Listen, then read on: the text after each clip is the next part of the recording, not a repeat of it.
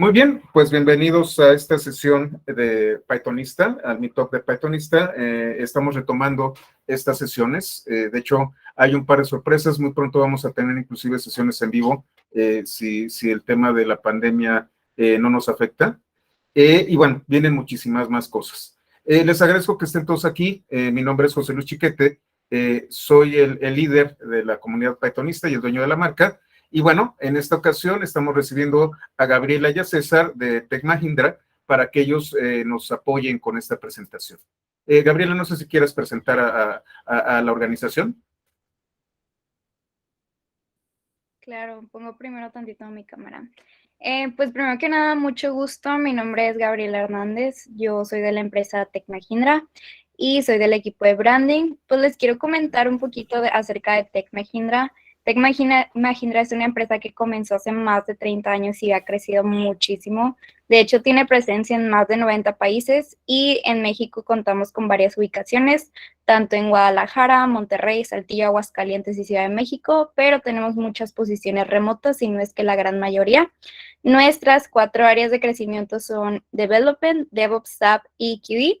Y también tenemos partnerships reconocidos como GCP, HashiCorp Corp, Docker, Chef, SAP Global, etc. Y pues aquí también está mi compañero que les va a dar la plática, se llama César Mostacero. Él es Senior Software Engineer y lleva con nosotros 3 años y 1 mes. Y pues ya. Y eso es todo. Pues César, muchas gracias por tu plática y cualquier cosa aquí estamos. También les voy a dejar en el chat el link de nuestra red social. Muchas gracias. Gracias a ti, Gabriela. Y bueno, pues sean bienvenidos todos. Comenzamos. César, adelante. ¿Qué tal? Buenas tardes a todos. Mucho gusto. Mi nombre es César Mostacero, como Gabriela ya mencionó. Estamos trabajando en la empresa Tech Mahindra, antes conocida también como Digital On Us. Dentro de estos 3 años, la empresa como tal, o bueno, ciertos proyectos en los que he trabajado, van enfocados al área de Data Engineering. Actualmente estoy apuntando la carrera o mi career path sobre esta área, entonces, sobre este tipo de proyectos, algunas cosas que se han visto dentro de estas asignaciones es lo que se va a trabajar y platicar ahorita en la plática. Si tienen cualquier duda, igual tratar de no hacer como que pura teoría o una conversación de un solo sentido, pues siéntanse libres de poner ahí sus dudas en el chat. Igual ahorita me van a estar apoyando para saber si hay dudas en el inicio o en el intermedio y no esperarnos hasta el final. Voy a compartir pantalla y me avisan si pueden ver.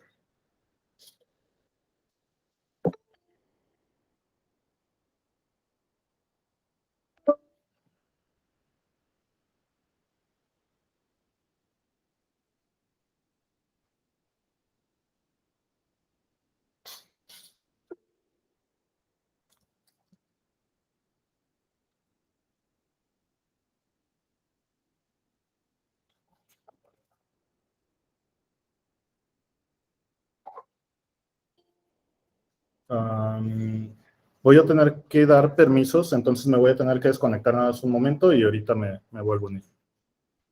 Correcto.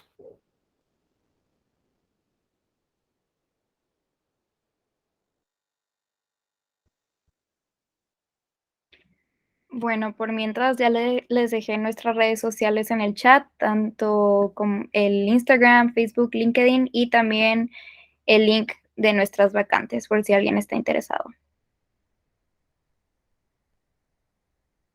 Sí, de hecho eso es algo muy importante. Ustedes, muchos de los que han estado en nuestras capacitaciones y cursos, saben que Pythonista es una comunidad para profesionales. La realidad es que nuestro principal interés es que ustedes, a través de lo que compartimos aquí, puedan acceder a trabajos muy bien remunerados, basados en Python, y particularmente en el tema de datos. Entonces, la gran encomienda de esta comunidad es esa. Entonces vamos a tener eventos en donde vamos a acercar este tipo de oportunidades hacia ustedes. Y bueno, vamos a tener charlas muy enriquecedoras que nos van a ayudar a acceder a mejores oportunidades profesionales a partir del uso de Python. Entonces, vamos a esperar un momento y comenzamos en cuanto César vuelva a entrar. Gracias, José.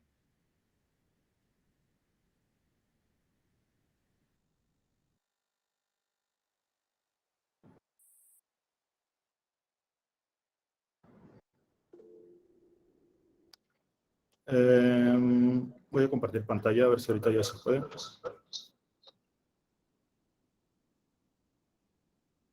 ¿Me avisan si ya pueden ver, por favor?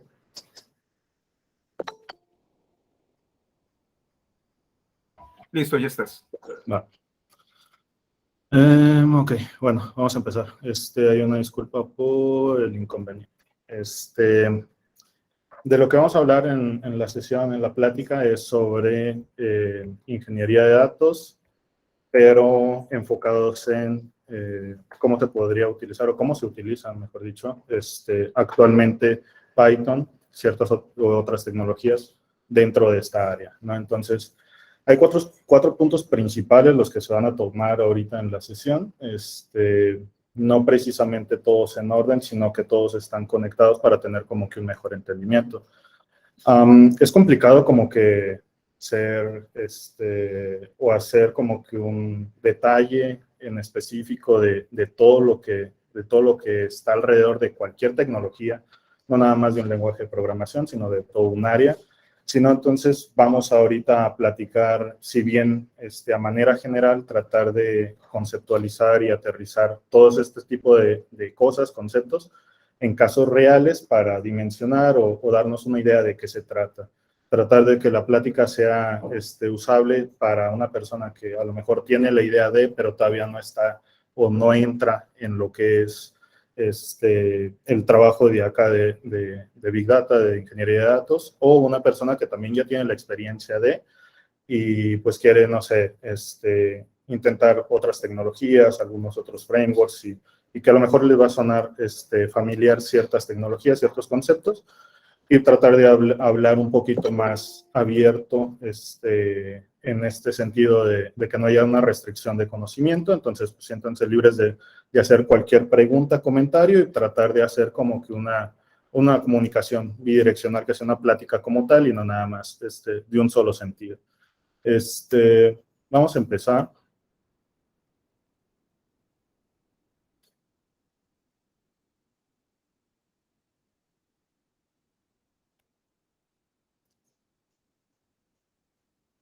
Y antes de empezar al tema de lo que son las tecnologías, los frameworks que vamos a estar viendo, primero tenemos que entender dónde se utilizan, ¿no? Dónde se utilizan y para qué se utilizan.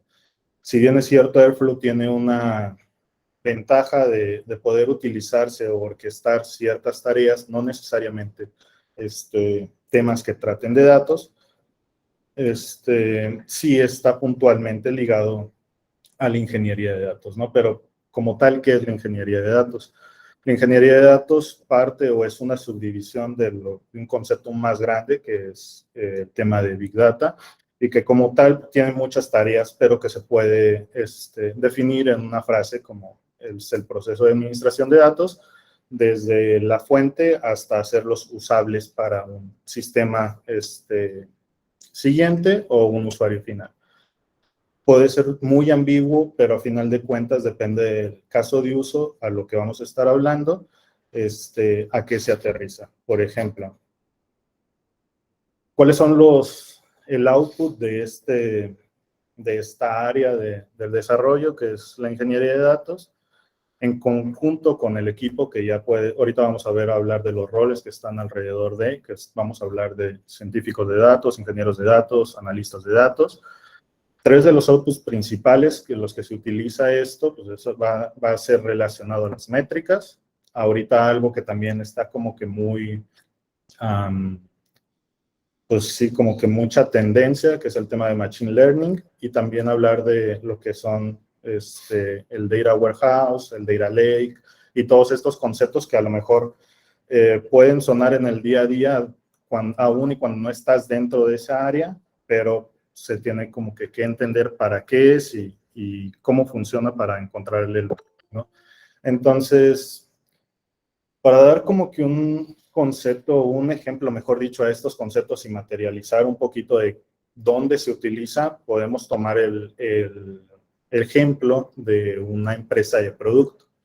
Una empresa de producto puede ser Netflix, puede ser Spotify, puede ser Twitter, que tiene, si bien un producto principal y también a lo mejor cosas alrededor, y todo lo que va a generar ahorita el tema de los datos te da un valor adicional a tú como empresa, cómo vas a manejar esa información, ¿no? Entonces, ahorita, digamos, si un producto o las empresas de producto se mueven alrededor de una planeación, tú puedes definir tu plan de desarrollo a 1 año, a 6 meses o tal, pero también tienes que estar consciente de lo que pasa en el día a día. Un ejemplo dentro de estas empresas de producto puede ser de que, ¿qué pasa cuando su producto, hablamos, no sé, por ejemplo, de Netflix? ¿Qué pasa si Netflix lanza una actualización a su aplicación y de repente, no sé, sale un bug y salen las alertas, ¿no? Nosotros nos damos cuenta de que hay un error en el código por el cual podría estar causando un error en los usuarios finales, un problema en los usuarios finales y que nos puede generar como que un problema en el revenue, en los costos, en todo ese tipo de cosas, pero es algo que nosotros nos damos cuenta, ¿no? ¿Por qué? Porque a lo mejor el código tiene unas alertas de decir, ¿sabes qué? Salió una cierta excepción y lo mandamos a un sistema de alertas que nos manda una notificación al equipo y ya todos nos damos cuenta. ¿Qué pasa con la información que nos dice o nos puede decir que también hay otros escenarios, ¿no? Hablamos otra vez de Netflix.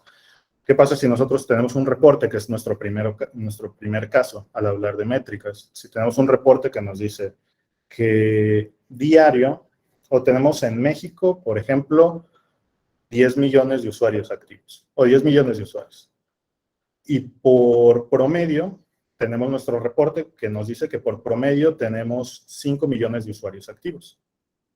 Pero ayer identificamos que teníamos nada más 2 millones de usuarios activos. Y no tenemos ninguna alerta de el ejemplo que les comentaba al principio, de que la aplicación crasheó o cosas así. Si nosotros no tuviéramos como que esta visualización o esta importancia en las métricas, que en este caso es los usuarios activos, no nos podríamos dar cuenta que algo pasa, ¿no? Algo pasa y primero tenemos que saber cómo identificar esas causas y después solucionarlos, obviamente. Pero para eso es la información. Entonces, ¿qué puede ser? Puede ser de que por alguna razón, no sé, estos usuarios activos en México, hubo un holiday y pues no se conectaron porque la mayoría de la gente estaba haciendo otras cosas. Es una razón válida que no tiene que ver con la aplicación. Puede ser también que salió una nueva aplicación que es nuestra competencia y que es muchísimo más barata. Y esos usuarios pues, se fueron a ver esa aplicación porque les daba un mes gratis de pruebas y pues ya se fue todo, o bueno, no todos, pero cierta parte de nuestros usuarios activos se fue para allá.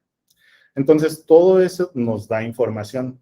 De nada sirve, y ahorita vamos a estar platicando, es digamos, el valor de la información, que de nada sirve nosotros guardarla si no tiene un significado para nosotros. Si no quiere decir, si esa métrica no nos dice algo para nosotros tomar una decisión, en realidad estamos haciendo un procesamiento y una storage en vano que no nos va a decir nada. Pero todo esto es importante desde la planeación, saber cuáles son nuestras métricas a utilizar, cuáles son nuestras métricas o valores, perdón, como tipo thresholds, ¿no? Es decir, nuestro promedio es de 5 millones de usuarios activos, pero si son 4.8, tampoco debería de pasar nada porque debería haber como que cierta tolerancia. Lo mismo si es 5.2 o cosas así. Ese es el valor de la información que ahorita todas las empresas que son manejadas por datos nos da como que esa retroalimentación, ¿no? O sea, no nada más sacar features porque creemos que pueden pegar, sino tener como que todo ese análisis de saber, ok, ¿por qué sabemos que funciona y por qué sabemos que no funciona? O sea, nosotros debemos de controlar, de poder medir algo para poder controlarlo. Entonces, ese es un ejemplo de las métricas que se pueden hacer en reportes, que se hacen en dashboards, y que para llegar nosotros a una métrica final, por ejemplo, en los usuarios activos, vienen desde fuentes distintas, ¿no? Ya sean logs, ya sean analytics, ya sean cualquier tipo de eventos que se van a guardar en algún storage, que vamos a colectar de diferentes fuentes, y después vamos a estructurar para guardarlos en un solo lugar, que es el caso 3, que es el Data Warehouse, es todo ese tipo de estructura final, que para llegar a eso tuvimos que procesar un montón de información y que tuvimos que pasar por ciertos steps y todo ese tipo de cosas. ¿Qué es el Machine Learning Models? Dentro de los roles que están como que en colaboración con el equipo de ingeniería de datos, es el tema de los científicos de datos, ¿no? Entonces, los científicos de datos, una de sus responsabilidades principales, pues va a ser la creación de estos modelos.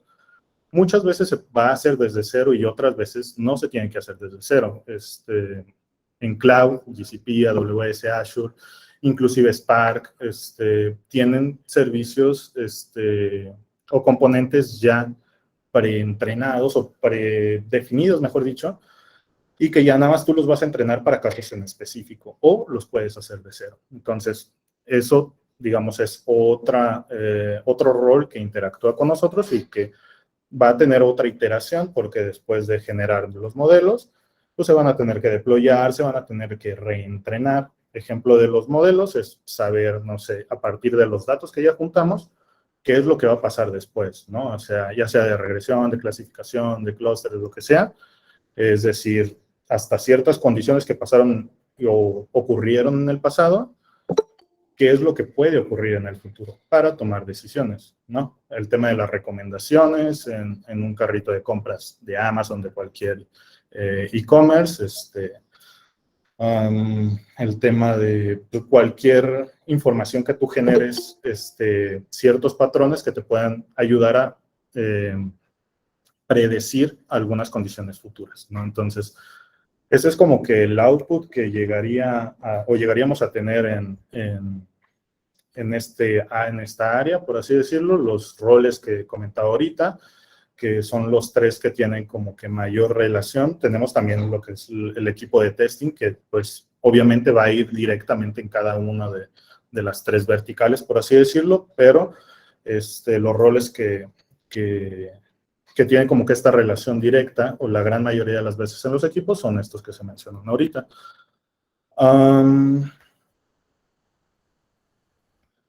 Un proceso o lo que vamos a hablar ahorita es procesamiento y orquestación. Tenemos varios pasos o varios elementos dentro de lo que es la ingeniería de datos, pero dos principales, aparte del storage, obviamente, que es ese proceso como tal, es una serie de pasos que nosotros le vamos a aplicar repetidamente a nuestra fuente de datos para guardarlos en algún otro lado.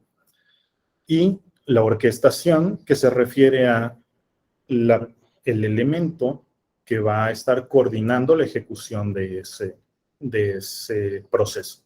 Entonces, al proceso como tal se le define como pipeline, ¿no? Entonces, como un data pipeline, ahorita que estamos en esto en específico, también tiene como que una relación a lo mejor también con los que trabajan con DevOps, que es los pipelines de integración, de delivery en CI/CD, pero esto estamos hablando específicamente en el tema de datos, ¿no? Entonces, ¿qué va a ser un data pipeline? Va a ser una secuencia de datos ejecutados a una fuente con un tema, o sí, con los mismos procesos o con los mismos steps definidos, y que la orquestación se va a encargar de definir, ¿sabes qué? Este proceso tenemos que correrlo cada hora, cada minuto, cada tal, o inclusive ya sea, bueno, ahorita lo vamos a ver, se puede definir de diferentes maneras, pero los elementos principales dentro de esto es la fuente de datos, desde cómo la recibimos hasta puede ser un proceso intermedio, no sé, tenemos dos pipelines, la fuente de datos va a ser tanto el inicio como tal,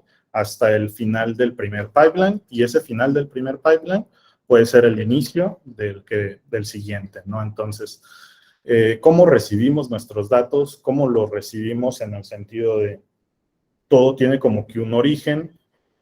Ahorita, por ejemplo, no nada más estaríamos hablando de una sola fuente, ni el tipo de tecnología, ni formato, ni ubicación. Vamos a estar hablando de que ahorita puedes recibir datos en un servidor on-premise, puedes tenerlo en un cloud, o puedes tenerlo multicloud, ¿no? Inclusive puedes tenerlo en una base de datos. Tienes una variedad de servicios o de fuentes a los cuales, pues ahorita las necesidades tienes que adaptarte a todo eso para procesarlos y poder, poderlos tomar, procesar y hacer el delivery, ¿no? Un segundo.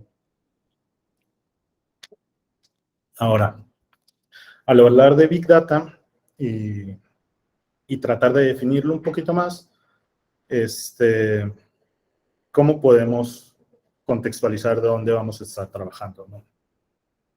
Como decimos, la fuente puede ser de cualquier lugar, desde un servidor on-premise que tenga un HDFS, desde un cloud que tenga un sistema de archivos. Si hablamos de GCP, tendríamos Cloud Storage. Si hablamos de AWS, tendríamos S3. Inclusive, nosotros vamos a estar lidiando con diferentes tipos de formatos, estructurado, semiestructurado. Podemos hablar desde imágenes hasta JSON, CSV, todo ese tipo de cosas. Y la variedad, o la otra definición es de las 3 Vs, ¿no? La variedad, que es todo lo que podríamos generar en cuestión de formato, el volumen, que es el tamaño de la información, y la velocidad. La velocidad se refiere a qué tan frecuente o qué tan rápido te está llegando la información para que tú la puedas procesar. Voy a tratarme de irme un poquito más rápido para que nos alcance el tiempo de ver más ejemplos y menos teoría. El procesamiento de los datos es ya sea de manera, cuando haces exploración de datos, que tú todavía no defines tu pipeline, tienes que hacer esa exploración al menos de manera iterativa, ¿no? Para saber cuál es el formato, para saber qué es lo que tú vas a procesar y después ya generarlo, ¿no? Entonces a eso se le puede definir como una doc, ¿no? El batch es una serie de pasos que se va a ejecutar para una entrada definida, que tiene sus límites, una entrada que no va a cambiar, y el streaming es el real time, ¿no? Estaríamos hablando con conectores de Kafka, con PubSub, con ese tipo de cosas que pues, nos ingresan datos de una manera en tiempo real, ¿no? Y no es como que un archivo el cual vamos a estar consumiendo, y esa sería la diferencia, ¿no? Entonces, en el procesamiento habíamos dicho que teníamos un data pipeline, pero tenemos 3 categorías, ¿no? El ETL, que es el más común, el ELT y el EL. La documentación de Google los define por la responsabilidad entre los primeros 2 de dónde vas a aplicar la transformación. Las siglas aplican para todos, pues obviamente nada más las que vayan en cada término, ¿no? Extract, transform y load. Extract como ingresar o leer, transform, que son todo ese procesamiento intermedio, o en este caso intermedio, y el load, cuando tú cargas esa información al destino final. ¿Cuál es la diferencia entre la primera y la segunda? Es de que, así como lo dicen las siglas, la transformación va al final en la segunda, pero tiene un sentido, ¿no? O sea, no nada más es porque pues quiero hacer la transformación al último, sino si la transformación es lo suficientemente compleja para generar costos, tiempo, todo ese tema de procesamiento, se tiene que hacer de la primera forma. ¿Por qué? Poner un ejemplo. Tenemos una tabla de 40 columnas y al final vamos a querer tener una tabla que va a consumir nuestro usuario final, nada más de 2 columnas. Esas 2 columnas se van a generar a través de cálculos en estas primeras 20, 30, las columnas que tengamos. El usuario final no debería tener que hacer todos los cálculos para llegar a esas 2 cada vez que quiera hacer un query, ¿no? Entonces, todo ese procesamiento de limpiado, de duplicación, enriquecimiento de datos, todo eso, transformación pesada, debe ir intermedio para que se haga una sola vez y deje la información lista para que el usuario final la consuma. Cosa contraria en el segundo, de que solamente son cosas menores, hablamos de, no sé, si queremos pasar a mayúsculas, si queremos concatenar columnas, cosas así, y el tercero, el final, pues es un paso directo, ¿no?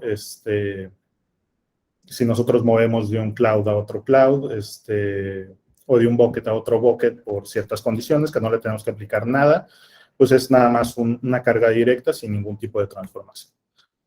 Entonces, para darle una dimensión un poquito más real, un poco más con cosas prácticas de por qué es la ventaja de tener ahorita Python, Apache, Apache Spark y Apache Airflow a comparación de cómo lo teníamos antes, o cómo se tienen todavía inclusive sistemas actuales, es a través de ciertos conceptos en los que directamente, nada más por utilizar Python, nos genera una gran diferencia al sistema tradicional o el sistema de hace unos años, en los cuales teníamos ciertos impedimentos tecnológicos, ¿no? Entonces, antes el storage, o bueno, este es un ejemplo del tech stack de algún sistema común, porque se replicaba en muchos lados, pero también hay otros similares, no sé, utilizando SQL, SQL Scripts y también para el storage, no sé, Teradata, cosas así, y que con el tiempo se empezaron a migrar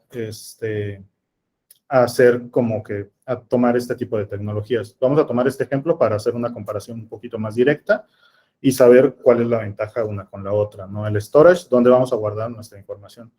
Antes, pues, o bueno, en el sistema de Hadoop Ecosystem se guardaba en HDFS, se podían tener tablas de Hives, se podían tener tablas de Impala, y en ese mismo clúster teníamos jobs de MapReduce, de Hive, de Pig, y para la orquestación teníamos Apache UCI, ¿no? Entonces, para la definición de la orquestación teníamos un XML, para MapReduce teníamos Java, para HDFS teníamos file system distribuido en el sistema o en el clúster de Hadoop, y eso es es un ejemplo de cómo se tenía antes.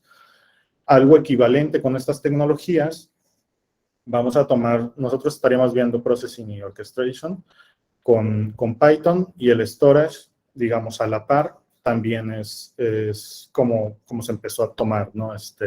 No solamente se migra, o bueno, para tener como que el equivalente, el storage de antes, el HDFS, que es un file system en el ecosistema de Hadoop, ahora el equivalente podría ser el storage en cloud, ya sea en GCS o S3, o inclusive podrías tener ya, no sé, el final, utilizar BigQuery, utilizar Snowflake, y también ser una fuente para otros downstream systems, ¿no? Entonces, el procesamiento, en lugar de MapReduce, vamos con Apache Spark, y la orquestación, en lugar de UCI, pues vamos con Airflow. La primera diferencia, o la primera ventaja que nos salta a la vista, pues es que en los otros son lenguajes de programación o diferente tipo de tecnologías para hacer el procesamiento y la orquestación, que van de la mano. No es exactamente lo mismo, pero uno complementa al otro. Y acá utilizamos el mismo lenguaje de programación. Si bien con Apache Spark podemos utilizar Scala, que es en lo que se hizo el framework, también podemos utilizar Java, pues acá el ejemplo como tal es utilizar Python para las dos, para la orquestación y para el procesamiento. Entonces, ¿cuáles son los desafíos en este tipo de aplicaciones o de sistemas? Es el tamaño de los datos, primeramente, ¿no? O sea, a lo mejor la lógica no va a ser tan compleja. O sea, inclusive un filtro de decir, tenemos un archivo de 10 renglones donde tenemos un flag que nos va a decir una Y de sí o una N de no. Entonces, nada más vamos a filtrar por los que tengan Y. Y podría ser tan sencillo en la lógica, y en realidad es sencilla la lógica. Entonces, ¿cuál vendría a ser el problema? El problema es con los sistemas tradicionales, eso obviamente, pues ese archivo de 10 líneas, no son un archivo de 10 líneas, sino es una tabla gigantesca en Teradata que hacían, no sé, por ejemplo, con SQL, hacías todos los steps de tu pipeline, y al final te generaba una tabla pequeñita, no sé, de agregaciones, pero estás hablando de un archivo de, no sé, 300, 400, 500 líneas de puro procesamiento, o sea, de queries, hablándole a otros queries, de hacer unions, de hacer todo ese tipo de validaciones que se tenían que hacer de esa manera porque así estaba, ¿no? O sea, así era como que la tecnología con la que se estaba programando en ese tipo de ejemplos. Y el performance, pues a pesar de que la lógica es pequeña, pues el performance va a ser complejo porque pues, mueves muchísima información. La flexibilidad y la escalabilidad es precisamente el ejemplo que les comentaba. Si hay un cambio, no sé, de hacer una concatenación de columnas, en los sistemas tradicionales era una iteración demasiado prolongada de decir, vamos a planear el cambio, vamos a ver cómo lo probamos, porque no es probable, o sea, no es modular, que es el siguiente punto. Es muy complicado probar. Cuando tienes un ETL basado en un script de SQL, básicamente lo único que puedes probar es la sintaxis y un black box, persinándote de que pues, todo salga bien en el intermedio para que al final tú puedas hacer las aserciones de lo que tú esperas con lo que está saliendo ahorita. Entonces, eso es complicado antes, y ahorita lo hace un poco más fácil, ¿no? Porque a final de cuentas esa lógica de cambiar o de hacer un filtro termina por ser una función, ¿no? Una función que podemos desarrollar en Python, que podemos hacerle unit test, que podemos hacer todo ese tipo de pruebas. Antes de probar con estos millones y millones de datos, lo podemos probar con un archivo de 10 líneas, saber qué funciona, y la lógica, todos los errores de lógica se deben de quedar en el unit test. Todos los errores de integración en las pruebas de integración, todos los errores de compatibilidad en las pruebas de regresión. Si bien nosotros no estamos hablando de un rol de testing como tal, el primer responsable en asegurarte la calidad en tus datos es el desarrollador de esos pipelines. Entonces, otra ventaja de Python es de que no nada más podemos hacer unit test, sino que podemos integrar un montón de cosas que tiene Python como tal y que se pueden mover para allá. Una de las cosas, hablando otra vez del testing, es metodologías, frameworks y todo que va relacionado al test-driven development o inclusive al behavior-driven development. Esto nos da como que una posibilidad de hacer ese black box testing que se hacía con SQL como la única forma de hacerlo, pero acá es un complemento o sea, no es lo único que tú puedes hacer. Entonces puedes utilizar Letus en Python para hacer tu behavior-driven development y presentarlo, tener como que una comunicación directa con el business analyst o con alguien de producto o con tal, y que se vea, o sea, que no hay una barrera por la tecnología para tú poder comprobar que tu código está bien, ¿no? Entonces, de inicio, la tecnología ya no es una barrera en el tema de hacer las cosas bien, ¿no? Entonces, el tiempo de desarrollo es algo muy, muy importante porque dos cosas directamente. Que nos vamos en el ejemplo de la orquestación con UCI y el procesamiento con MapReduce. Son dos tecnologías distintas a las cuales tú no puedes contratar, por ejemplo, una persona que sepa Java o mejor dicho, si tú contratas a una persona que sepa Java y que sepa MapReduce, no necesariamente va a saber UCI. Puede que lo sepa y a lo mejor lo va a saber, pero no necesariamente lo sabe, ¿no? Entonces, si tú, en el otro caso, si tú contratas a alguien que sepa Python, pues ya nada más es adaptarse al framework, ¿no? O sea, tanto a la librería de Python, de Spark, que en este caso es PySpark, o a la librería de Airflow. Pero el lenguaje de programación ya no va a ser una limitante, ¿no? Entonces, ese es el tema del desarrollo. Y bueno, también el tiempo de desarrollo, es decir, de que tenemos unas iteraciones más rápidas, ¿no? En el unit test nos damos cuenta de que la lógica funciona o no funciona, y pues ya no tenemos que esperarnos hasta probarlo ya en producción, ¿no? Y bueno, vamos a empezar ya a hablar directo de las tecnologías.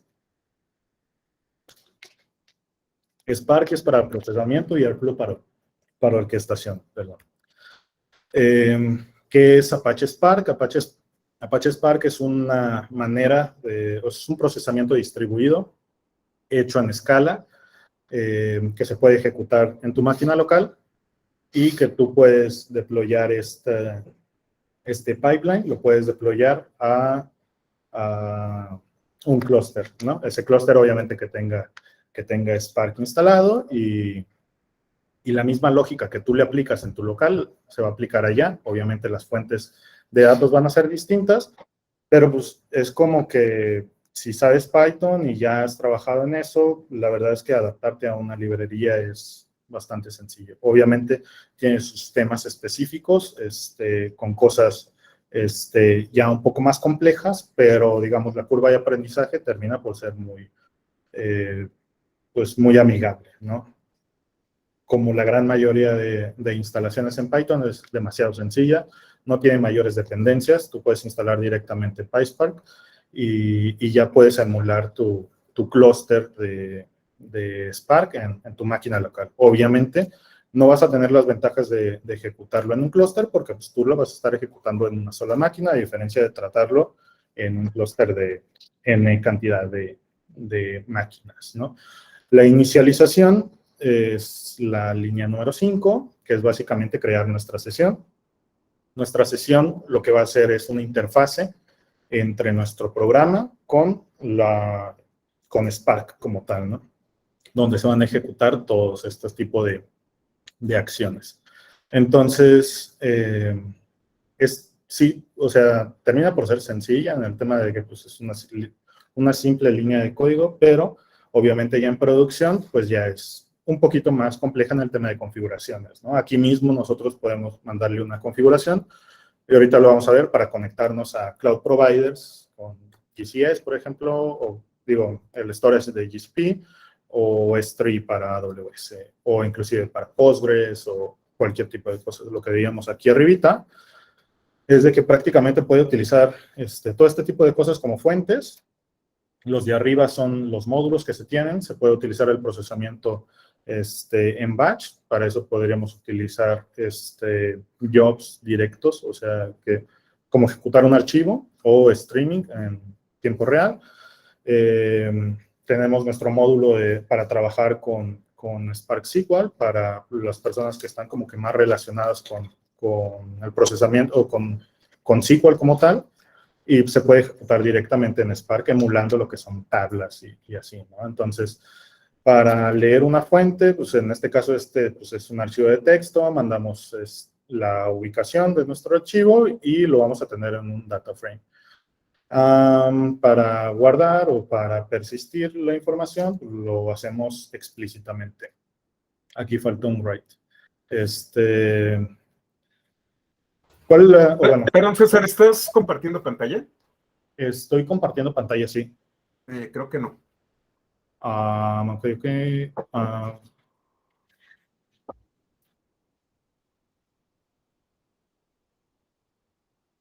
Te vemos en el video, pero creo que no veo tu pantalla. Déjame ver si... ¿Y tú me dices?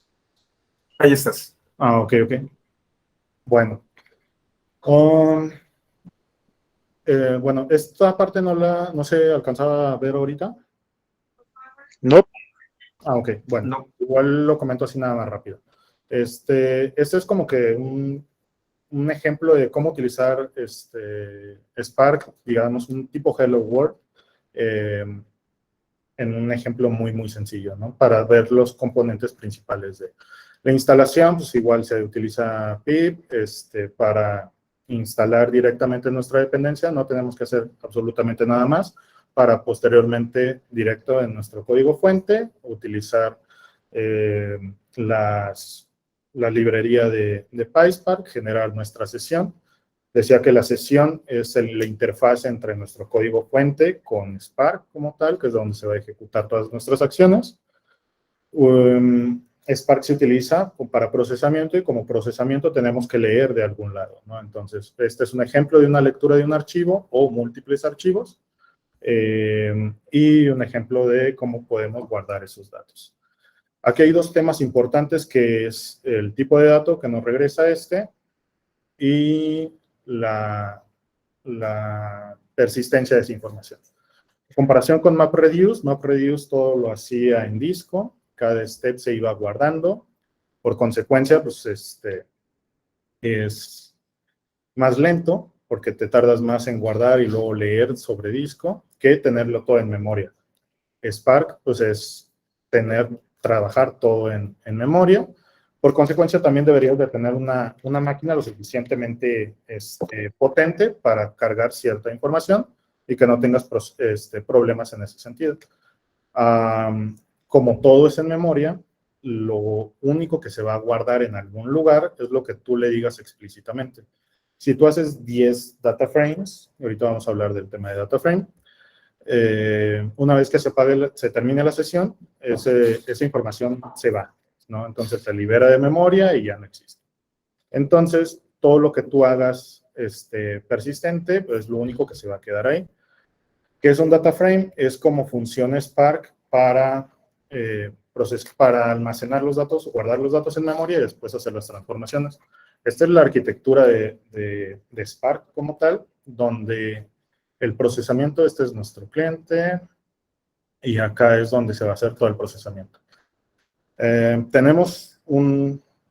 Si tenemos 10 archivos, por ejemplo, o bueno, tenemos un solo archivo y queremos hacer la lógica sobre ese archivo, lo aplicamos y tenemos un tiempo lineal, obviamente, de una máquina a un archivo. Si queremos hacer procesamiento de 10 archivos, pues se va a hacer, digamos, tipo secuencial, ¿no? Se va a incrementar nuestro proceso. Pero con Spark, bueno, es un sistema normal, ¿no? O sea, sin hacerlo distribuido. En procesamiento distribuido, la información se comparte y entonces cada worker se va a encargar de cierta información. Una vez que ya procese, pues se pasa al siguiente step y cosas así. Entonces, pues es más fácil, entre más capacidad, hacerlo más rápido, ¿no? Entonces, ¿cómo fluye la información acá? Es entre cada worker, pero también tenemos un concepto importante, que es el tema de que para operaciones, por ejemplo, en un renglón de una base de datos donde tenemos un nombre, o bueno, las calificaciones de un alumno, si nuestra operación va a ser hacerlo a mayúsculas, en realidad cada renglón tiene la suficiente información para hacer ese proceso, ¿no? No necesitamos consultar a otro worker para hacer tal cosa. En el caso de que si nosotros queremos hacer el promedio de las calificaciones de ese alumno, pues sí tendríamos que saber que si este worker tiene al alumno 1 y su calificación 1 y este tiene al alumno 1 y su calificación 2, tenemos que acceder a esa información, ¿no? Entonces, a esa manera de compartir la información se le conoce como shuffle y es algo que pasa dependiendo de la lógica que estés aplicando en Spark, pero que también hay formas de mitigarla para que no te implique costos en el performance, en el network y todo ese tipo de cosas. Al igual que en SQL, donde una buena práctica cuando tú haces un join es tener la tabla más grande del lado izquierdo que del lado derecho, y del lado derecho la tabla más pequeña. Acá podemos hacer un broadcast donde si el data frame es lo suficientemente pequeño para caber en memoria, en lugar de mandar o hacer este intercambio de información, mandamos ese tipo de referencia o tabla de referencia a cada uno de los workers y lo utilizan dentro de su misma ejecución, ¿no? Entonces, ¿qué es un data frame? Antes de pasar para acá, un data frame pues es esta información que nos la presenta de manera tabular, que tiene un esquema definido, que nos ayuda a ingresar a la información de una manera muchísimo más sencilla, porque pues lo vamos a tratar como si fueran objetos por cada elemento, ¿no? Entonces, pasamos a Airflow. Airflow se encarga de orquestar estos pipelines, ya sean de Python, de PySpark, ya sea un archivo de Python, ya sea Bash, ya sea lo que sea. Tú puedes ejecutar un montón de cosas, inclusive tiene un módulo ciertas contribuciones a las cuales pues ya hacen como que, ya te dan como que operadores definidos a los cuales tú nada más tienes que hacer como que invocarlos, a darle ciertas configuraciones y ya, ¿no? Ahorita vamos a ver un ejemplo claro de eso, al igual que Spark, pues nada más se instala directa la dependencia. Hay ciertos conflictos en algunas versiones, sí es un poco más latoso Airflow, pero pues no es mayor cosa. Se inicializa la sesión de Airflow y tienes 3 componentes principales: el scheduler, el web server y la base de datos. La base de datos nos va a guardar todo el historial de ejecuciones, todo ese tipo de información relacionada a las ejecuciones. También tenemos logs de esas mismas ejecuciones. Y el scheduler, pues es el que se encarga de alimentar toda la instancia de Airflow. El web server es la interfaz a la cual tú puedes acceder. Sin embargo, también tienes un CLI que puedes hacer lo mismo que tienes acá con el web server, pero a través de comandos.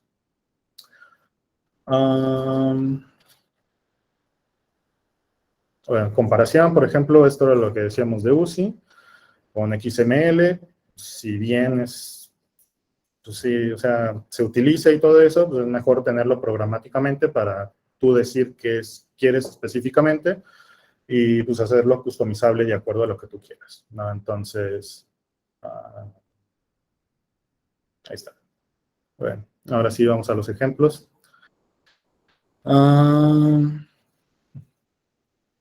Bueno, primero vamos a empezar con Spark. No sé si ahí puedan ver la pantalla, está Paicha. Si la puedes hacer un poco más grande, mejor, por favor.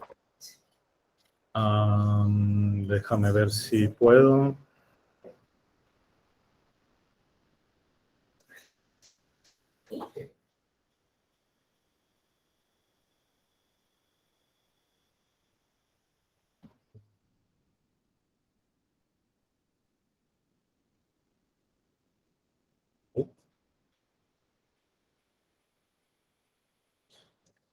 Yo creo que ahí está.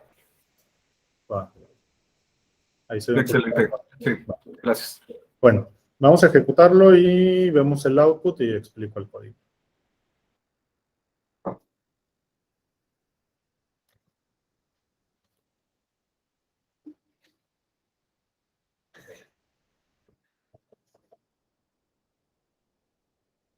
Ahí, bueno, igual. Primer ejemplo, pues es básicamente como un tipo Hello World de utilizar Spark. Lo que decíamos, creamos nuestra sesión, lo utilizamos acá y generamos programáticamente un data frame. Un data frame, a final de cuentas, es un objeto que va a lucir como esto. Nosotros lo generamos de una manera que es una colección, es una lista de rows. Rows es un tipo de dato generado o de la librería de Spark, que va a ser una colección de rows, va a ser un data frame. Entonces, esto lo hacemos directamente o así hardcodeado, esto es como va a lucir. Y a partir de este data frame tenemos ciertos métodos que nos van a ayudar a hacer exploración de datos, ¿no? El show va a imprimir esto, el esquema va a imprimir cómo está definido, lo que habíamos dicho, el data frame es una colección de datos, pero por cada elemento va a tener su propio esquema. ¿Cuál es la ventaja de eso? Es tratarlo como objetos y hacerlo como que muy, muy flexible en el tema de la lógica, ¿no? O sea, no estaríamos teniendo que hacer como que un serializado, cosas así. Directamente tratamos con tipos de datos de Python en los cuales podemos hacer como que todo el procesamiento directo, ¿no? Tenemos la forma de imprimir ese esquema y el count, que es básicamente cuántas líneas tiene nuestro código. Entonces, el segundo ejemplo, que acá es para ver cuál es la diferencia entre, o no diferencia, sino la utilidad de poder acceder a los datos de un file system, hablando de local, hablando de uno, por ejemplo, en HDFS, pero también un file system en la nube, S3 y SIX, por ejemplo. Entonces, en este caso, pues tenemos nuestra conexión, bueno, tenemos nuestra sesión de Spark, que va a ser la local, o bueno,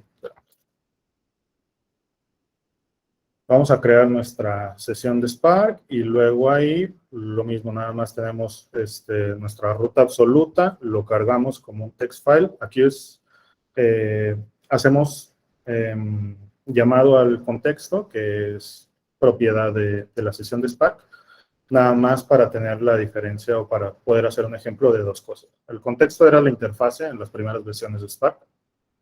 En la 1 y en la 2 ya salió la sesión. Entonces, esto ya se puede hacer directamente con la sesión en lugar de hacerlo con el contexto.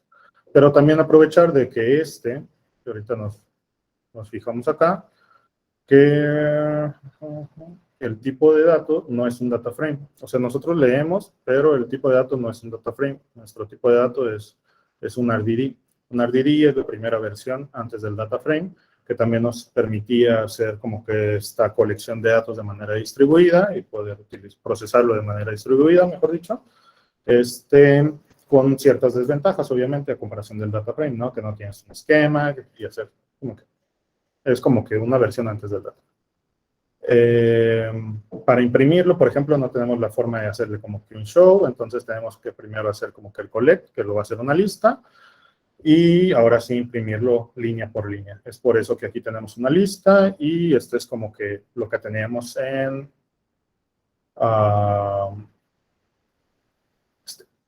colores, ¿no? Entonces, esto es lo que tenemos acá. La otra es leerlo desde C3. Y acá igual. La única diferencia es lo hacemos directamente desde la sesión en lugar del contexto. Esto ya nos dice que va a ser un data frame. Y pues ya utilizamos el show directo en lugar de tenerlo que hacer como que el collect para poder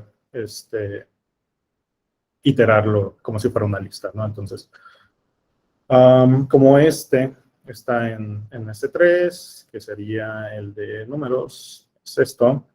No tenemos como que un esquema definido, lo podemos definir el esquema, en este caso lo agarra como default, que va a ser una línea, lo va a interpretar como un string, entonces va a ser un data frame de una sola columna, que se llame value, y cada elemento de esa columna va a ser un string. Y así como podemos hacerlo con file system, ya sea local, ya sea en cloud.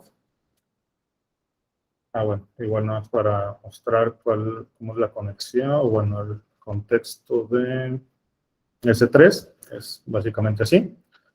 La autenticación y todo eso se va directamente a la configuración y ya utilizamos la sesión directo y ya nada más especificamos la ubicación, obviamente con el prefijo, ¿no? Entonces, hay 3 prefijos dependiendo de la generación.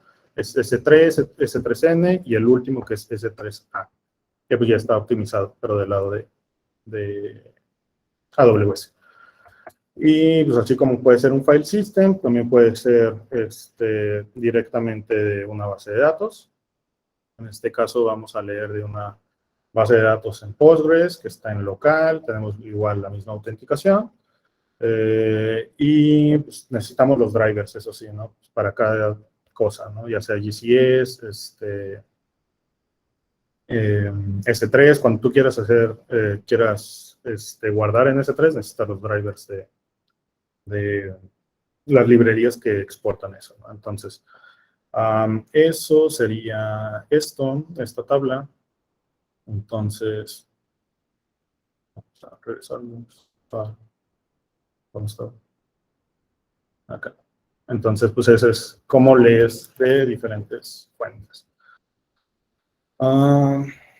Creo que se está yendo el tiempo. No sé si me chance unos minutos más para terminar los ejemplos o te los paso. Claro, no. Tienes el tiempo que necesites, no hay problema. Va, que va. Hay una disculpa porque no estaba viendo el reloj. Sí, normalmente las sesiones son de 2 horas, entonces ya estamos acostumbrados. Ok. Bueno, entonces, tercer ejemplo para ver el módulo de Spark SQL. Spark SQL nos permite trabajar de una manera como emulando una base de datos, por así decirlo.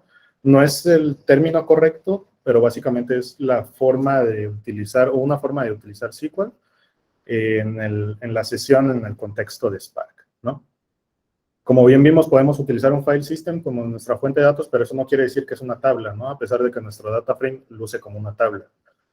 Pero si queremos utilizar Spark SQL, se puede utilizar. Si queremos hacer queries para hacer transformaciones, se puede utilizar.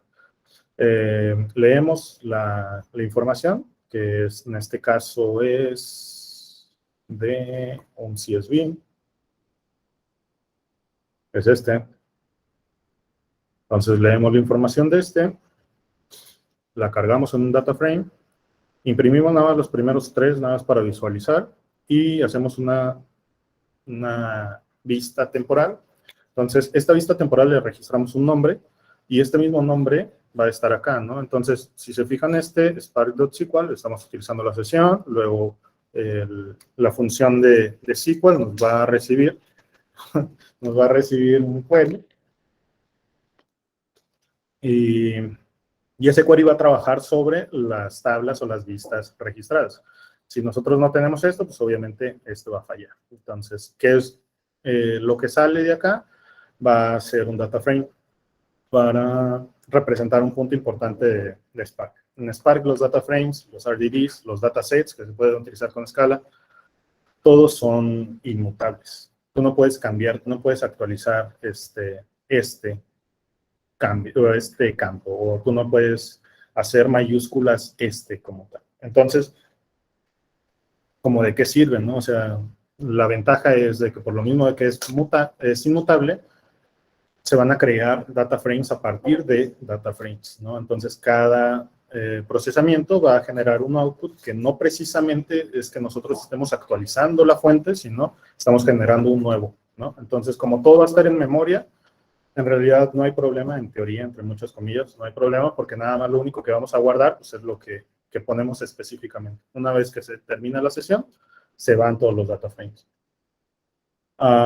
Igual, tenemos como que la sesión y tenemos la forma, es por eso que tenemos estas dos, de nosotros no preocuparnos por definir un esquema de esta tabla. Spark te da la posibilidad, si tú lo quieres así, de inferir el esquema, a decir, ¿sabes qué? Voy a escanear todos tus datos y pues ubiqué que todos tienen, son números. Entonces, por consecuencia, este último debería de ser número, ¿no? Si tengo alfanumérico, pues te lo va a tomar como un string. Y así, para cada cosa. El procesamiento de esto, o el output, mejor dicho, del Spark SQL, te va a regresar un data frame. Y sobre eso, pues puedes utilizar un montón de funciones, ¿no? Hacer validaciones como cada query o como cualquier query que en cualquier motor de SQL. Todas esas operaciones se pueden ir directamente acá, ya sea así en un query o de una manera como que más programática, ¿no? Hacerlo directamente con funciones. Esta línea es el equivalente a esta otra, ¿no? Donde nosotros le mandamos un string con la validación de nuestro filtro y va a ser exactamente el mismo resultado. Ese es el tercero, el cuarto. Entonces, el cuarto es la forma de escalar. Hasta ahorita nosotros en File System hemos consumido directo el archivo, ¿no? O sea, decirle archivo.csv o archivo.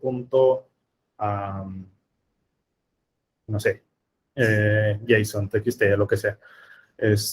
Pero también tenemos la facilidad de, como estamos tratando con muchos datos, pues no vamos a saber el número, ni el número de archivos que vamos a tratar, ni el nombre de cada uno de esos archivos, ¿no? Entonces, porque pues no va a tener todo un archivo, toda la información, ¿no? Entonces, se vuelve como que un antipatrón, ¿no? El tema de tener diferentes archivos es distribuir la carga en cada uno para poder procesarlo distribuidamente, ¿no? Entonces, si vemos un ejemplo acá, que es el 4, tenemos dos fuentes. El primero es un JSON que nada más tiene el nombre de un jugador. El segundo, o la segunda carpeta, que está en multi, tiene 3 JSONs, ¿no? Entonces, era el 4. Entonces, si nos vamos por acá, el primero lo hacemos como los ejemplos anteriores. Mandamos nada más directo el nombre del archivo, pero en el segundo, pues nada más le pasamos la ubicación del contenedor de esos archivos, ¿no? Sabiendo que obviamente esos archivos deberían de tener la misma extensión, por consecuencia el mismo formato y todo ese tipo de cosas. El primero, pues nos dice que pues, nada más tiene a Leo Messi, y el segundo, pues tiene a 3, ¿no? Lautaro Martínez, Rodrigo de Paul y Leo Messi.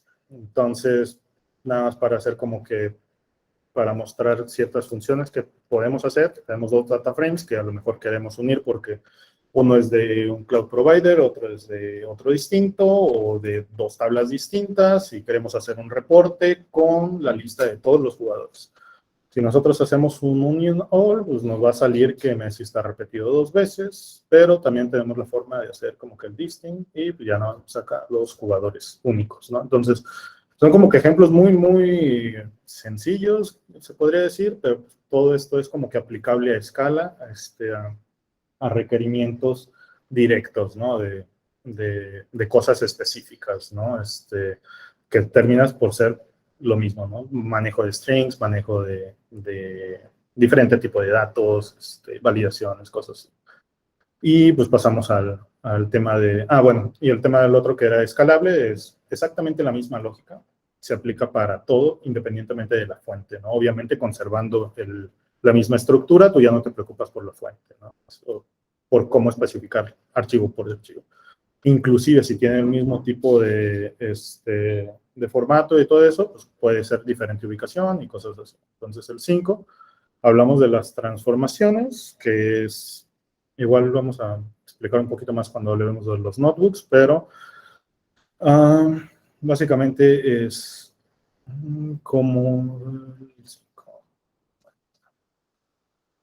Ya vimos archivos de texto, vimos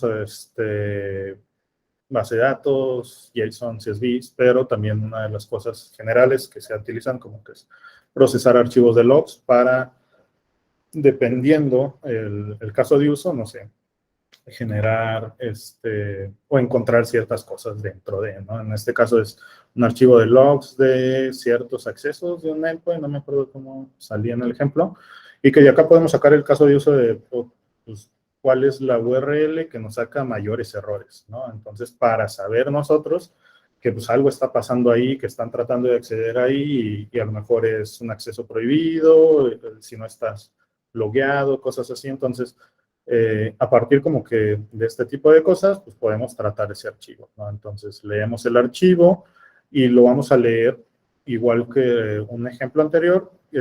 No tiene una estructura definida, en realidad son una lista de strings que tú tienes que procesar, pero que acá nos da como que la facilidad de pues, mandarle una función que va a ser el procesamiento línea por línea, y es por eso que podemos utilizar tanto una función definida para poder hacerle unit test y cosas así, o inclusive podemos utilizar lambda functions para hacer cosas así, un poquito más sencillas, ¿no? Entonces, esto a final de cuentas es Python, ¿no? O sea, es Python puro. Estás recibiendo un string o en una lista, sacas el primer elemento, que es la única columna que tienes, divides entre espacios y entonces a lo mejor puede haber un error en el cual hay un espacio de más, que es la única forma que tú tienes de referencia para separar elementos. Entonces, adecuas tu status code, que va a ser cómo tú identificas si fue buena o no fue buena, y ya regresas de una manera estructurada, que es esto, ¿no? Esto es cómo lo leímos y esto es cómo lo estamos procesando, ¿no? Ya de una manera estructurada. Este es como que el esquema que nosotros leímos aquí. Y pues después ya nada más podemos hacer como que la lógica directamente del negocio, ¿no? O sea, que vamos a filtrar nada más, o vamos a definir que un error es todos los status code que sean arriba de 300, que todos los 200, ya sea 202, 204, inclusive, no sé, otro, dentro de los 200 es bueno, y a partir del 300 los vamos a considerar malos. Entonces, todo ese tipo de lógica se aplica directamente, digamos, a nivel de programación, y se puede hacer muy modular, muy testeable, y pues ya hacemos como que un group by, que es igual misma lógica de un query de SQL, y ya contamos, ¿no? Entonces, lo ordenamos de manera descendente para que nos diga cuáles son los que tienen más problema, y pues nos sale con que ese status code con esa URL tuvo pues 3, ¿no? Entonces, ese es las transformaciones o procesamientos que podemos utilizar, y pues ya, finalmente el output, todo esto que nosotros estuvimos viendo y que salía en console y todo eso, una vez que termina la ejecución, pues ya, ahí se queda, ¿no? Ya no se persiste. Entonces, la única manera de persistirlo, como habíamos hablado anteriormente, es hacerlo de manera explícita. A final de cuentas, te llega un data frame y tú especificas el output. Este es un ejemplo para también ver el tema de las particiones, que nos ayuda ¿cómo se llama? En cloud, inclusive también en sistemas on-premise, para el tema de performance. Si tú vas a hacer un procesamiento que tiene muchísimos datos, es muchísimo mejor tratar de ahorrar la mayor parte de pasos posibles. Ejemplo, si nosotros vamos a guardar todos los eventos que tiene un usuario de Facebook, pues esos eventos van a ser un montón, ¿no? Entonces, por día van a ser muchísimos. Si tú quieres hacer análisis por esos días, por esos eventos, pero a ti te importan nada más los 7 anteriores. En lugar de tenerlo, digamos, en un folder, todos esos eventos, puedes tenerlo particionado por fecha, ¿no? Es decir, ¿sabes qué? El contenedor principal, eventos. Luego, año, mes, día, si quieres hora, minuto, y pues tú ya accedes directo ahí sin tener que acceder o escanear todo, ¿no? Entonces, pues tú ya, por ejemplo, al momento de, inclusive de leer y de escribir, pues ya Spark te da esa flexibilidad de tú decirle, ¿sabes qué? Pues voy a particionar por cierta columna. En este caso, nosotros pues, le pusimos la ejecución, y pues ya, te sale aquí, ¿no? De que se ejecutó hoy y aquí tenemos el output. El output te lo hace en archivos, en este caso, pues nada más es uno, porque pues es distribuido en el tema de que si tuvieras varios workers, no va a colectar todo en el master porque sería contraproducente, ¿no? O sea, precisamente por eso estamos utilizando diferentes computadoras, entonces al final, pues cada computadora, cada worker se va a encargar de guardar. Por eso todas esas acciones del count, del show, del esquema, y todos esos, el collect, inclusive todo lo que manda la información al master, solamente es para desarrollo. Todo lo que haya, todo programa que tenga esas instrucciones en producción está mal. Porque pues eventualmente va a tronar si tienes muchísimos datos. Esa es la parte de Spark. Tengo así nada más rápido para mostrarles lo de Airflow. Eso no. Acá está Airflow. Entonces, esto es como luce Airflow, ¿no? Airflow nos da un UI que es el que levantamos ahorita, bueno, hace rato en los comandos que mostré ahorita, y esta es la interfaz de usuario. La interfaz de usuario te permite hacerlo pues, de manera muy sencilla la administración. Inclusive tú puedes tener personas que vayan directamente a la administración o que te ayuden a la administración de Airflow sin tener que programar. Porque pues esto te da directamente todas las acciones que quieras, ¿no? Obviamente el desarrollo de los DAGs pues ya va a necesitar como que programación como tal, que son dos temas totalmente distintos. Antes de empezar con el tour de esto, igual en lo que se ejecuta. Esta es la lista de DAGs. ¿Qué es un DAG? Es un pipeline, es Direct Acyclic Graphic, que es un set de pasos con dependencias, con su orden, y que todo se genera de una manera programática, ¿no? Todo en Python. Entonces, cada DAG tiene operadores, o tiene tareas, mejor dicho. La tarea es una instancia de un operador. Un operador es cada paso del DAG. Entonces, cada tarea va a tener una ejecución. Cada ejecución va ligada a un tiempo. Y a lo mejor se empieza a hacer como que más y más conceptos. Ahorita se va a ver un poco más claro. Donde este es un DAG. Acá es como se visualiza un DAG, donde nada más tenemos 3 elementos, que es un start, este es otro operador, y este es un dummy operator, no hacen absolutamente nada. Acá nos dice qué tipo de operador es, y esta es la visualización lineal, ¿no?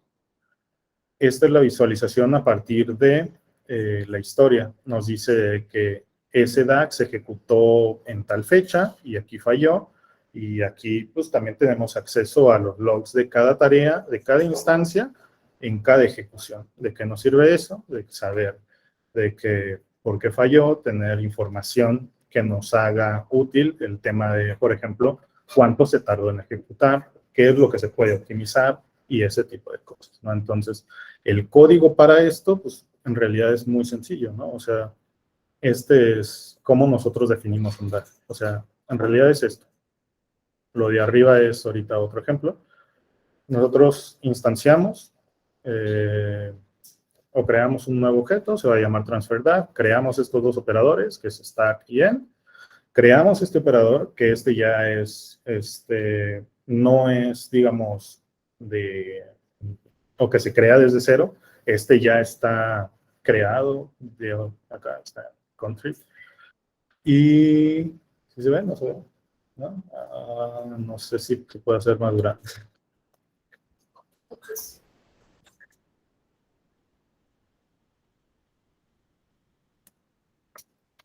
Ahí estás. Sí, perfecto. Ok, entonces decíamos, esta es como que la definición del DAG. ¿Y cuáles son las relaciones o dependencias? Tú le pones así, directo con esto, ¿no? ¿Qué pasa si nosotros queremos hacer dos en paralelo? Pues en lugar de transfer operator, podemos tener también transfer operator 2, y en lugar de poner así directo, pues nada más hacemos una lista, ¿no? Y aquí le mandamos la lista de transfer operator y transfer operator 2. Y con eso pues, se va a visualizar todos. ¿Qué más? ¿Qué más? Bueno, esta ya se terminó de ejecutar. ¿Qué es lo que hace? Básicamente toma un bucket y un prefijo de GCP y lo manda a AWS. Toda la información dentro de. Pues en realidad pues no hay nada de código, ¿no? O sea, tú nada más instancias cosas que ya están y tú defines como que el orden, las dependencias. En este caso, por temas del demo y eso, el intervalo pues está como none, o sea, nada más se va a ejecutar manualmente, pero se puede definir como un cron, ¿no? Como cualquier cron donde tú le pones con los 5 elementos de hora, minuto, segundo, día, creo, y mes. No me acuerdo, pues nada, así como un cron normal y ya. Y la parte de acá es una parte interesante que también como que quería tomar, era cuál es una de las ventajas, aparte del tema visual que pues, nos da Airflow, comparación de, por ejemplo, crons normales o inclusive utilizar GKE en GCP o cosas así.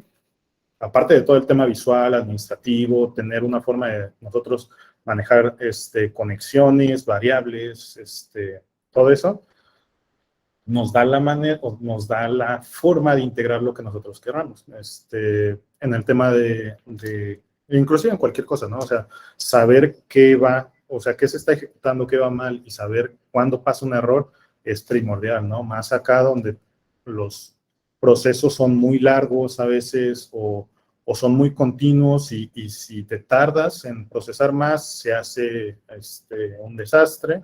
Entonces, tenemos la facilidad como de utilizar como que integraciones para alertas y ese rollo. Y acá pues está sencillo crearte tu cliente de Datadog y mediante los callbacks que nosotros definimos acá.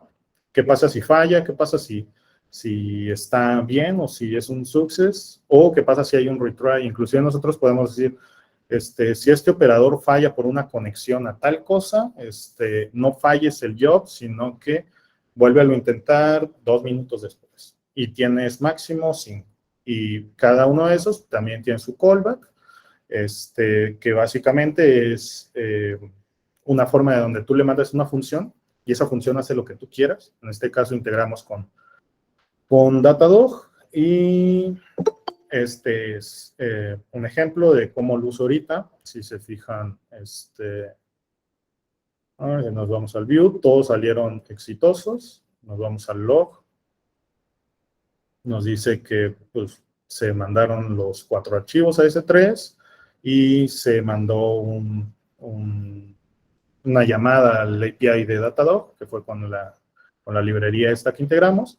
Y los eventos, pues, están acá. Y acá nos dice y nos manda toda la información, ¿no? De que, pues, este operador, pues, se completó exitosamente. Nos manda la información de la ejecución, de cuándo se ejecutó, y tienes muchos metadatos que tú le puedes mandar ahí directo. En el código lo vemos acá. ¿Dónde está?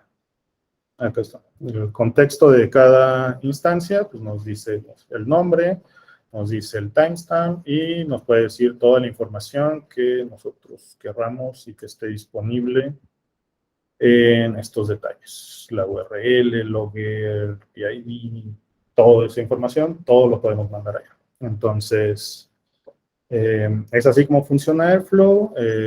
Nada más para cerrar, de los componentes que maneja Airflow, lo que hablábamos de la base de datos, que es una muy buena ventaja, es decir, de que pues, nosotros podemos manejar esto en cualquier server, inclusive, no sé, cloud, on-premise, lo que sea, y la base de datos no tiene que vivir ahí. Tú puedes hacerla, o tenerla remota y hacer la conexión ahí.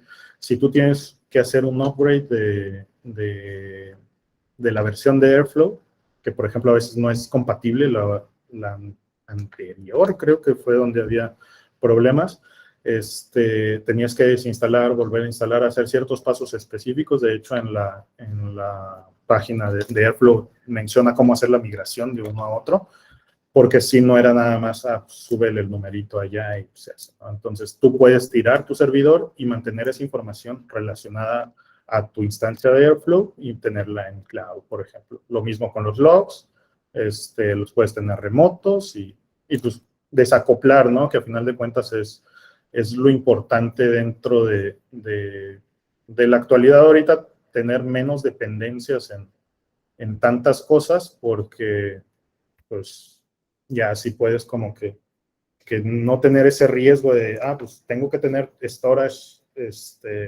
forzosamente en el procesamiento y no sé, si tenemos que hacer algo en el clúster de HDFS, pues se nos va el storage también, ¿no? Entonces, cosas así, pues nos ayuda un montón ese tipo de herramientas.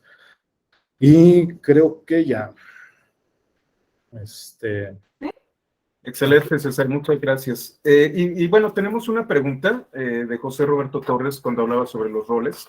Y la pregunta es, de los roles que comentas, he visto que muchas empresas quieren englobar todo solamente en una persona, en el científico de datos. ¿Qué opinas de esto? Sí, es complicado el tema de como que cosas puntuales, ¿no? Pero también es algo, como que pasa y también o se van en el científico de datos o se van en el tema del ingeniero de datos, ¿no?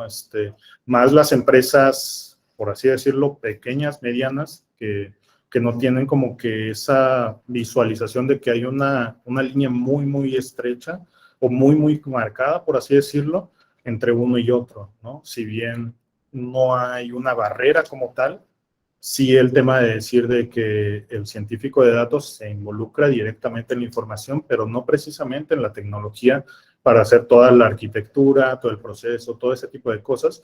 Y del otro lado creo que es aún más complicado, ¿no? Porque la tecnología se aprende a final de cuentas, ¿no? Y el científico de datos no nada más es la tecnología, sino la teoría detrás de los modelos. Estás hablando de estadística, estás hablando de un montón de cosas que no es como que de hoy a mañana ya me hago un curso de Udemy de Machine Learning y me salgo de cero experto en un día, ¿no? Entonces, es como que un career path muy, muy especializado y que por consecuencia se le debe tener como que ese respeto y el tema de decir, pues, a lo mejor sé ciertos conceptos que te tienes que defender, pero englobar los dos roles en uno, no digo que es imposible, pero yo creo que hay muy pocas personas que pueden desempeñar esas cosas. Perfecto, César. Pues muchísimas gracias. No sé si tengan alguna pregunta por ahí. Creo que está habilitado que puedan tomar el micrófono. Entonces, si lo desean, levanten la mano y les pasamos el micrófono. ¿Todo muy bien? Abel, por favor. Gracias, buenas noches. Perdón, solo una duda. Siempre cuando escucho el tema de los pipelines, siempre lo relaciono más hacia el tema de hardware que hacia el tema de software. Si fuese relacionado con el tema de hardware, el ingeniero en datos, según entiendo, es el responsable de manejar estos pipelines. Entonces debe de tener un perfil como de ingeniero en electrónica o algo por el estilo. Bueno, no sé si entendí bien la pregunta. El tema, por ejemplo, del hardware, tú dices la información que genera el hardware de, no sé, por ejemplo, un GPS o cosas así. Sí, sí, o sea, sí, bueno, entiendo que los data lakes Ujú. son alimentados por los pipelines y los pipelines pues pueden venir desde sensores, pueden venir de, como en redes sociales, que envíen a los usuarios archivos de fotos, videos, audios, en general, ¿no? Ajá. Entonces, pues bueno, toda esa colecta de datos que se hace a través de, pues en un caso, bueno, no sé, es lo que todavía no termino de entender, es a través de un servidor que Ah, está ok, ok. la Tú dices información. cómo llega la información para que en algún punto llegue a este data lake, ¿no? Sí, exacto, o sea, cómo se construyen. Va. Haz de cuenta que igual ahí sí depende mucho como que de la empresa o del producto o de la aplicación como tal. Como mencionas, o sea, hay desde sensores, que en el caso de Internet de las cosas, o algo, no sé, streaming, o el otro caso que mencionabas de las aplicaciones, cosas así, que es con Analytics, o sea, digamos, no necesariamente si viene la información de, por ejemplo, de un hospital, tienes que tener como que ese contexto sino que ya las integraciones van directas, y tú te encargas del procesamiento con las tecnologías propias ¿no? Pero si necesitas un contexto, por ejemplo, si tú quieres crear un modelo de predicciones en el tema de la salud a partir de las medicaciones o recetas que tuvo un paciente. A lo mejor, si tú eres data scientist, tú tienes que tener ese contexto para decir, sabes que estos son los features, los labels que voy a aplicar y cosas así. Si tú eres el ingeniero de datos, en realidad tienes que tener como que la información del contexto de qué estás hablando, pero pues, no tienes que ser un experto en. Entonces, sí está muy complicado ser especialista en ese área de la información o en ese área del proceso, pero no necesariamente tienes que tener como que ese background para trabajar en eso. Gracias. Muchas gracias.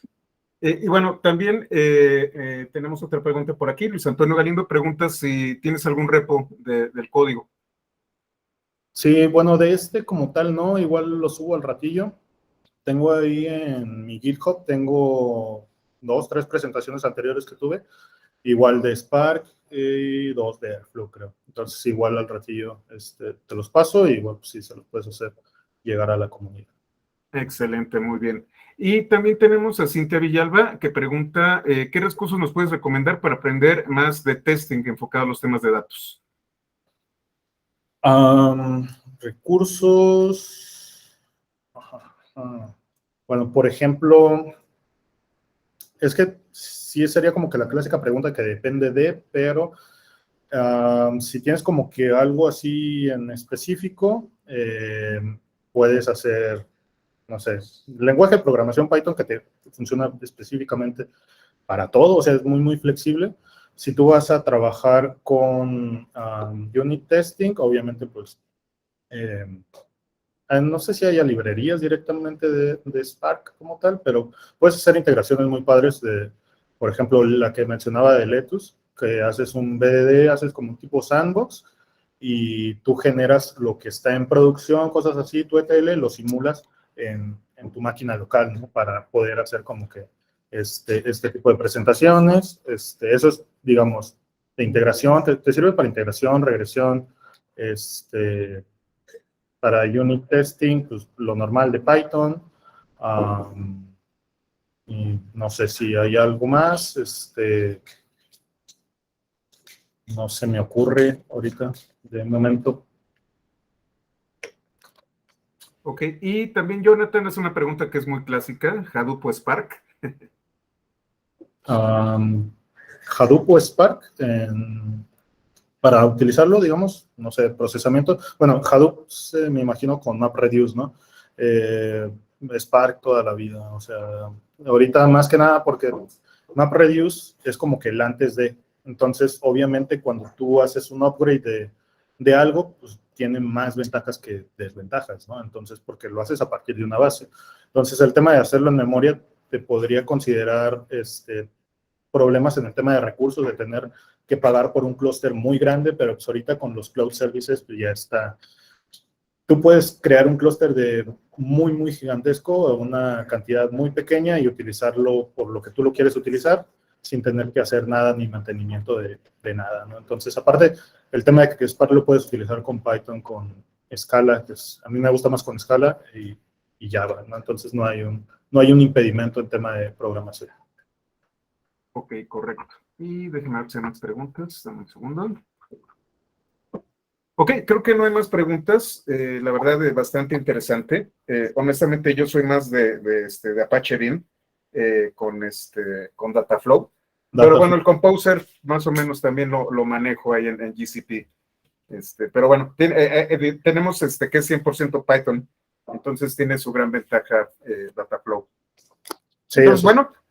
Si no hay más preguntas, de verdad les agradezco mucho a todos su presencia, César, muchas gracias. Gracias a Tech Mahindra, que fueron ellos quienes coordinaron esta plática. Y bueno, pues inauguramos una nueva etapa con Pythonista. Si ustedes recuerdan, antes eran cursos, hablamos de cursos que eran de 20, 30 horas. Ahora vamos a tener reuniones mucho más pequeñas y esporádicas. Vamos a tenerlas en vivo. En noviembre vamos a tener el evento Pythonista, que va a ser también de un par de días. Y bueno, van a haber nuevas sorpresas. Estamos empezando una nueva etapa y pues con esto lo iniciamos. De verdad les agradezco mucho su presencia. Muchísimas gracias por estar en los Meetups y estaremos en contacto.